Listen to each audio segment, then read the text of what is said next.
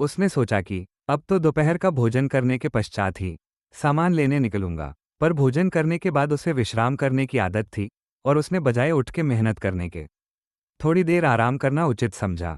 पर आलस्य से परिपूर्ण उसका शरीर नींद की गहराइयों में खो गया और जब वो उठा तो सूर्यास्त होने को था।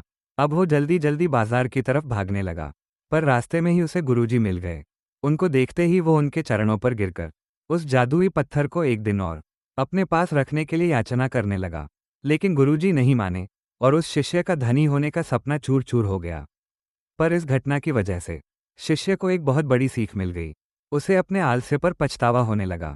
वो समझ गया कि आलस्य उसके जीवन के लिए एक अभिशाप है और उसने प्रण किया कि अब वो कभी भी काम से जी नहीं चुराएगा और एक कर्मठ, सजग और सक्रिय व्यक्ति बनकर दिखाएगा। मित्रों, जीवन में हर किसी को एक से बढ़कर एक अवसर मिलते हैं, पर कई लोग इन्हें बस अपने आलस्य के कारण गंवा देते हैं।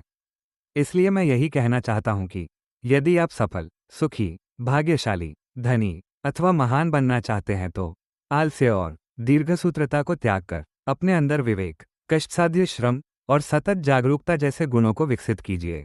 और जब कभी आपके मन में किसी आवश्यक काम को टालने का विचार आए तो स्वयं से एक प्रश्न कीजिए, आज ही क्यों नहीं, आज ही क्यों नहीं। एक बार की बात है कि एक शिष्य अपने गुरु का बहुत आदर सम्मान किया करता था। गुरु भी अपने इस शिष्य से बहुत स्नेह करते थे, लेकिन वो शिष्य अपने अध्ययन के प्रति आलसी और स्वभाव से दीर्घसूत्री था।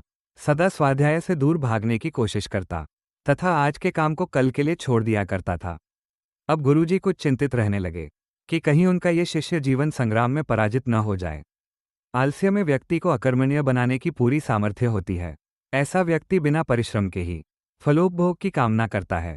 वह शीघ्र निर्णय नहीं ले सकता और यदि ले भी लेता है तो उसे कार्यान्वित नहीं कर पाता। यहाँ तक कि अपने पर्यावरण के प्रति भी सजग नहीं रहता है और न भाग्य द्वारा प्रदत्त सुअवसरों का लाभ उठाने की कला में ही प्रवीण हो पाता है।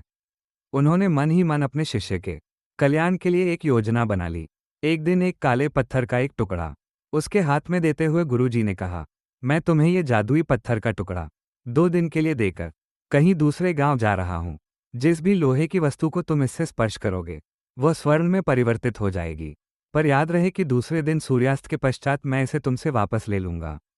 शिष्य इस सुअवसर को पाकर बड़ा प्रसन्न हुआ, लेकिन आलसी होने के कारण उसने अपना पहला दिन ये कल्पना करते करते बिता दिया कि जब उसके पास बहुत सारा स्वर्ण होगा तब वो कितना प्रसन्न, सुखी, समृद्ध और संतुष्ट रहेगा।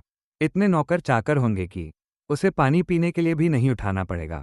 फिर दूसरे दिन जब वो प्रातःकाल जागा, उसे अच्छी तरह से स्मरण था कि आज स्वर्ण पाने का दूसरा और अंतिम दिन है। उसने मन में पक्का विचार किया कि आज वो गुरुजी द्वारा दिए गए काले पत्थर का लाभ जरूर उठाएगा। उसने निश्चय किया कि वो बाजार से लोहे के बड़े बड़े सामान खरीद कर लाएगा और उन्हें स्वर्ण में परिवर्तित कर देगा। दिन बीतता गया, पर वो इसी सोच में बैठा रहा कि अभी तो बहुत समय है, कभी भी बाजार जाकर सामान लेता आएगा। आपको ये कहानी कैसी लगी? कृपया अपने विचार कमेंट में अवश्य बताइए।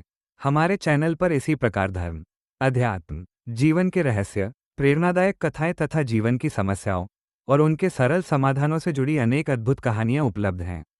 हो सकता है आपकी किसी चिंता, भय या प्रश्न का उत्तर भी इन्हीं कथाओं में छिपा हो। यदि इस कहानी में अनजाने में हमसे कोई त्रुटि या भूल हुई हो तो कृपया हमें क्षमा करें और अपने ज्ञान व मार्गदर्शन से सही जानकारी अवश्य साझा करें। आपका मार्गदर्शन हमारे लिए अमूल्य है।